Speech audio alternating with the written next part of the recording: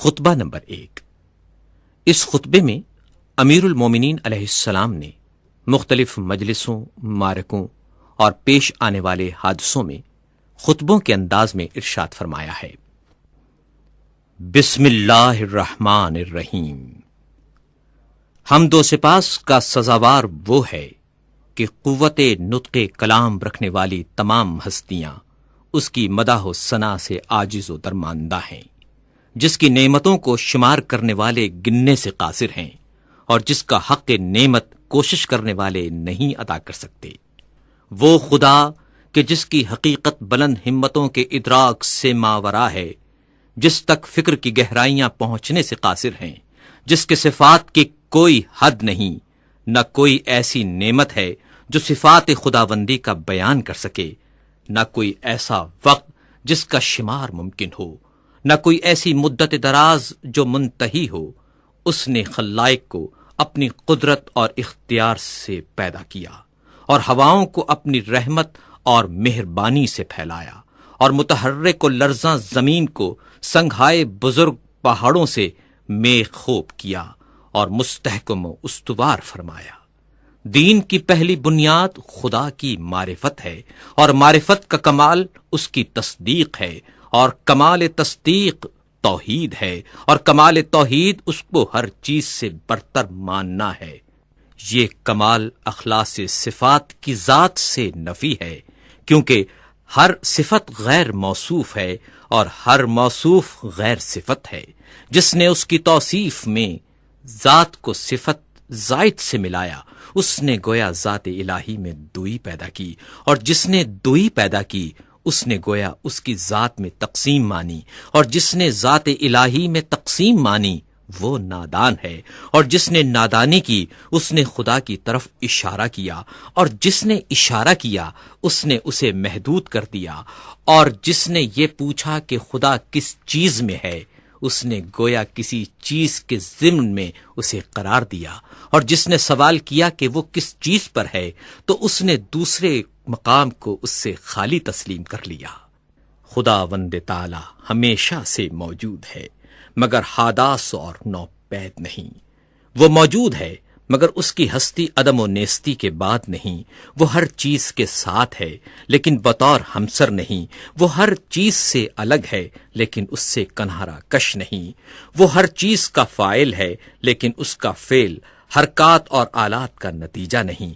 وہ بصیر ہے، جب اس کی مخلوق نہ تھی وہ منفرد ہے، کیونکہ اس کا کوئی ایسا ساتھی نہیں جس سے وہ اپنا جی بہلائے اور جس کے نہ ہونے سے اسے الجھن ہو۔ اس نے دنیا کو پیدا کیا اور پہلے پہل بنایا، بغیر اس کے کہ فکر کو کام میں لاتا یا تجربے سے فائدہ اٹھاتا، اور نہ اپنے نفس میں کوئی حرکت پیدا کی، نہ پہلے سے کوئی اہتمام کیا کہ جس کے لیے بے چین ہوا ہو۔ وہ چیزوں کو ٹھیک وقت پر عدم و نیستی سے وجود کی طرف لایا، اور گوناگون چیزوں میں موافقت اور سازگاری پیدا کی، اور ہر چیز کو اس کی طبیعت اور مزاج عطا کیا، اور ان طباع کے لیے شکل و صورت معین کی۔ وہ ان کی ابتدا اور آغاز سے پہلے ان سے واقف تھا۔ اس کا علم ان کے حدود اور انتہا کو محیط تھا، ان کی حالت اور پوشیدہ کیفیت سے آشنا تھا۔ پھر خدائے بزرگ و برتر نے زمین و آسمان کے درمیان اور جوا، فضا و اطراف اور شگوفوں میں شگاف اور آسمان سے دھلی ہوئی ہوا پیدا کی۔ اس جوا فضا میں متلاطم پانی جاری کیا جس کی موجیں بڑھ بڑھ کر بلند ہو رہی تھیں۔ اس پانی کو باد تند کی پیٹھ پر سوار کیا جو ہر چیز کو متزلزل کیے دیتی تھیں۔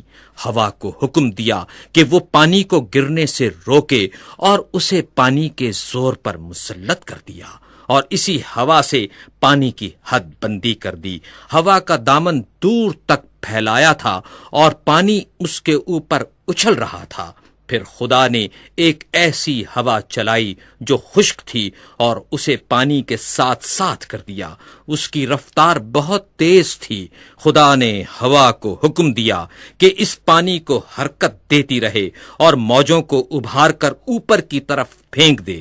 ہوا نے اس پانی کو اس طرح متھا جیسے مشک میں دودھ متھا جاتا ہے، اور یوں یہ پانی کے نچلے حصے کو اوپر کی طرف پلٹانے لگی اور ساکن کو متحرک سے ملانے لگی، یہاں تک کہ پانی کی چوٹی بلند ہو گئی اور تہ بتہ پانی پر پھبن اٹھایا، اور پھر اس پانی کو شگاف دی ہوئی اور کشادہ فضا میں بلند کیا، جس سے 7 آسمان بنائے، آسمان زیریں کو ایک جمی ہوئی اور رکی ہوئی موج قرار دیا، اور آسمان بالا کو ایک محفوظ چھت اور بنائے مرفوع بنا دیا، آسمان کو بغیر کسی ستون کے روکے اور بغیر میخ کے اپنی جگہ پر قائم رکھا۔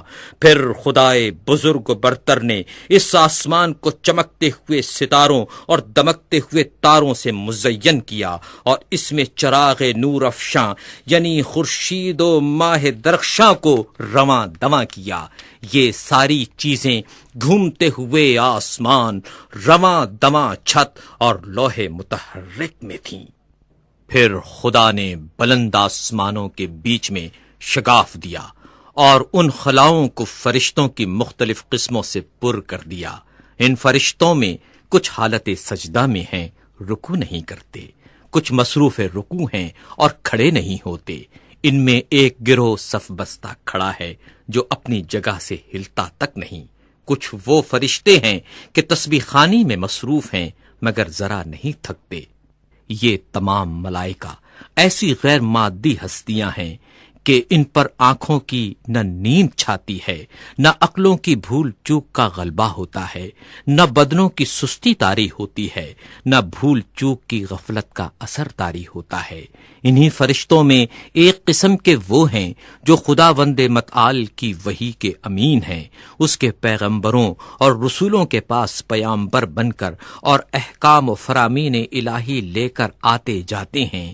انہی میں ایک قسم ان فرشتوں کی بھی ہے جو اس کے بندوں کے نگہبان اور اس کی جنتوں کے دربان ہیں۔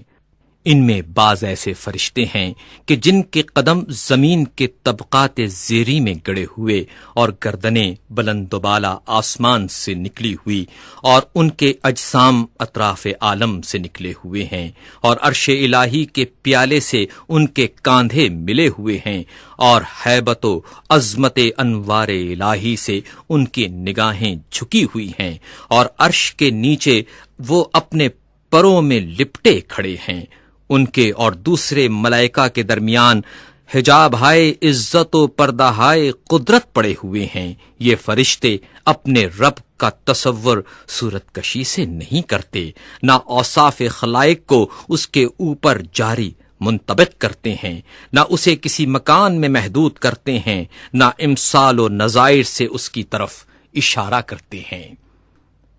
امیر المومنین علیہ السلام نے تخلیق آدم کے متعلق خطبہ دیتے ہوئے ارشاد فرمایا، پھر جب خداوند متعال آسمان و زمین، خورشید و ماہ و سیارگان پیدا کر چکا، اس نے جائے سنگلاخ و ہموار زمین، شور اور ارض خاکی سے جو قابل کاشت تھی پارائے خاکی اکٹھا کیا، اس کو پانی میں سانا تاکہ وہ خالص اور پاکیزہ ہو جائے، پھر اسے تری سے گوندھا یہاں تک کہ زمین کے عناصر ایک دوسرے میں پیوست ہو گئے۔ اس سے خدا نے ایک صورت پیدا کی، اس میں کچھ ٹیڑھی ہڈیاں تھیں، اعضا تھے، جوڑ تھے، پٹھے تھے۔ اسے ایک خاص مدت اور مخصوص وقت تک اسی طرح رکھا، یہاں تک کہ وہ سوکھ کر خشک ہو گئی اور سخت ہو کر کھنکھناہٹ دینے کے قابل ہو گئی۔ پھر خدا نے اس میں اپنی روح پھونک دی۔ اب ایک ایسا انسان پیدا ہو گیا جو ذہین ہے اور ذہن سے کام لیتا ہے، جو صاحب فکر ہے اور فکر کو کام میں لاتا ہے، جو صاحب اعضاء و جواہر ہے اور ان سے خدمت لیتا ہے۔ وہ اپنے اعضاء کو جس طرح چاہے جنبش دیتا ہے، صاحب فہم و فراست ہے، حق اور باطل میں تمیز کر سکتا ہے۔ وہ چکھنے کی حس کا مالک بھی ہے اور سونگھنے کی حس کا بھی۔ وہ رنگ اور جنس میں امتیاز کر سکتا ہے، مختلف رنگوں کی مٹی سے بنا ہوا، ان اخلاط سے ترتیب دیا ہوا جو ایک دوسرے سے معارض ہیں، گرمی سے بھی اور سردی سے بھی، تری سے بھی اور خشکی سے بھی، اندوہ و خوشحالی سے بھی۔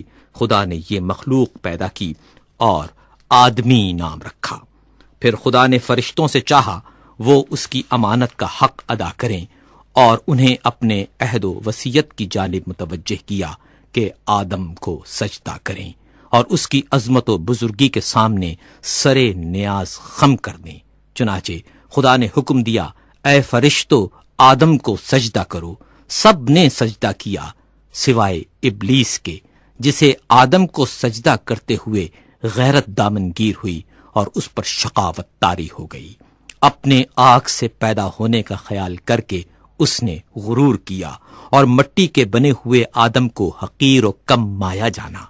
اللہ نے اس کو مہلت عطا فرمائی کہ غضب الہی کا وہ مستحق ہو جائے اور بدبختی پورے طور پر تمام ہو جائے اور وعدہ پورا ہو کر رہے۔ چنانچہ خدا نے فرمایا، تجھے وقت معلوم تک کے لیے مہلت دی جاتی ہے۔ پھر خدا نے آدم کو ایسے مکان میں رکھا جس میں زندگی کی ہر آسائش مہیا تھی، اور یہاں وہ بڑی عافیت اور امن سے تھا۔ نیز شیطان اور اس کی دشمنی سے ہوشیار اور چوکنا رہنے کی تاکید بھی کی، لیکن آخر کار شیطان نے آدم کو دھوکہ دے ہی دیا، اس بات سے جل کر کہ وہ جنت میں ابرار کی مرافقت سے بہرور ہو رہا ہے۔ چنانچہ آدم نے یقین کا شک سے اور عزمیت کا کمزوری سے سودا کر لیا، اور مسرت کو خوف سے اور فریب خردگی کو شرمندگی سے بدل ڈالا۔ پھر اللہ سبحانہ و تعالی نے اس کی توبہ قبول کر لی اور اپنے کلمہ رحمت سے اسے نوازا، اس سے جنت میں پھر بلا لینے کا وعدہ کیا، پھر اسے دار البلا میں اتارا جو تولد و تناسل کی دنیا ہے۔ آدم جب دنیا میں آئے اور تولد و تناسل کا سلسلہ شروع ہوا اور ان کی اولاد بڑھی اور پھیلی، تب اللہ نے آدم کی اولاد سے نبی منتخب کیے اور ان سے بندگان الہی تک وحی خداوندی پہنچانے کا عہد لیا اور تبلیغ رسالت کا انہیں امین بنایا، جبکہ بہت سے خدا کے بندوں نے پیمان الست فراموش کر دیا تھا اور وہ ڈر کر حق کو فراموش کر بیٹھے تھے اور بتوں کو اس کی خدائی میں شریک قرار دے رکھا تھا، کیونکہ شیاطین نے معرفت خدا سے بندوں کو بھلاوے میں ڈال دیا تھا اور انہیں اس کی عبادت سے روک دیا تھا۔ پس خدا نے ان میں لگاتار رسولوں کو بھیجا تاکہ وہ خدا کے بندوں سے عہد الست کا حق ادا کرائیں اور اس کی فراموش کردہ نعمتوں کو یاد دلائیں اور تبلیغ کر کے محبت قائم کریں، اور ان عقلوں میں جو وہم اور شک کے گرد و غبار میں دفن ہو گئی ہیں پھر سے ابھار دیں اور چمکا دیں، اور وہ نشانیاں جو سروں پر چھائے ہوئے آسمانوں میں ہیں انہیں دکھائیں، اور جو فرش زمین میں ہیں انہیں سمجھائیں، اور انہیں بتائیں کہ کیونکہ اچھی باتوں سے زندگی اچھی بنتی ہے، اور مہلت کیونکہ انہیں فنا کے گھاٹ اتار دیتی ہے، کیونکہ رنج و غم کی کثرت انہیں بوڑھا بنا دیتی ہے، اور کیونکہ آفات و حوادث کا تو اثر ہوتا رہتا ہے۔ خدا نے اپنی مخلوق کو کسی نبی، مرسل یا نازل شدہ کتاب یا حجت لازمہ یا راہ روشن کے بغیر نہیں چھوڑا۔ وہ رسول کہ جن کے ہاں تعداد کی کمی تبلیغ رسالت میں کوتاہی کی موجب نہیں ہوتی، اور نہ جھٹلانے والوں کی کثرت انہیں کچھ نقصان پہنچاتی ہے۔ کچھ رسول آئے جنہوں نے پہلے والے رسولوں کی خبر دی اور بعد میں آنے والوں کی تصدیق کی، یوں ہی قرن گزرے اور صدیاں بیت گئیں اور زمانے گزرتے رہے اور آباء و اجداد آئے اور گئے، ان کی نسلیں گزریں، یہاں تک کہ خداوند قدوس نے محمد صلی اللہ علیہ وآلہ وسلم کو بھیجا تاکہ اس کا وعدہ پورا ہو جائے اور اس کی نبوت ختم ہو جائے۔ انبیاء سے اس نے اس رسول صلی اللہ علیہ وآلہ وسلم کے بارے میں عہد لے لیا تھا، ان کی علامتیں مشہور اور ولادت باعزت ہے۔ جب حضرت صلی اللہ علیہ وآلہ وسلم تشریف لائے تو دنیا میں ملل متفرقہ اور اقوام منتشرہ کی کثرت تھی۔ مختلف فرقے تھے، بعض وہ کہ خدا کو بندوں سے تشبیہ دیتے تھے اور اسے مخلوقات کی طرح جانتے تھے، بعض وہ تھے جو اس کے نام میں تحریف کرتے تھے جو اس کی ذات سے کوئی تعلق نہیں رکھتے تھے، کچھ ایسے جو اس کے علاوہ کسی غیر کے لیے رائے دیتے تھے۔ رسول صلی اللہ علیہ وآلہ وسلم نے انہیں گمراہی سے ہدایت کی طرف نکالا، انہوں نے انہیں جہالت سے بچایا۔ پھر خدا نے چاہا اپنے رسول صلی اللہ علیہ وآلہ وسلم سے ملاقات کرے، وہ اپنے رسول صلی اللہ علیہ وآلہ وسلم سے راضی تھا۔ اس نے اپنے رسول کو اس بات سے ماورا سمجھا کہ وہ دنیا میں رہے اور اس کی سختیاں سہے، لہٰذا اسے کرامات اور بزرگی کے ساتھ اٹھا لیا صلی اللہ علیہ وآلہ وسلم۔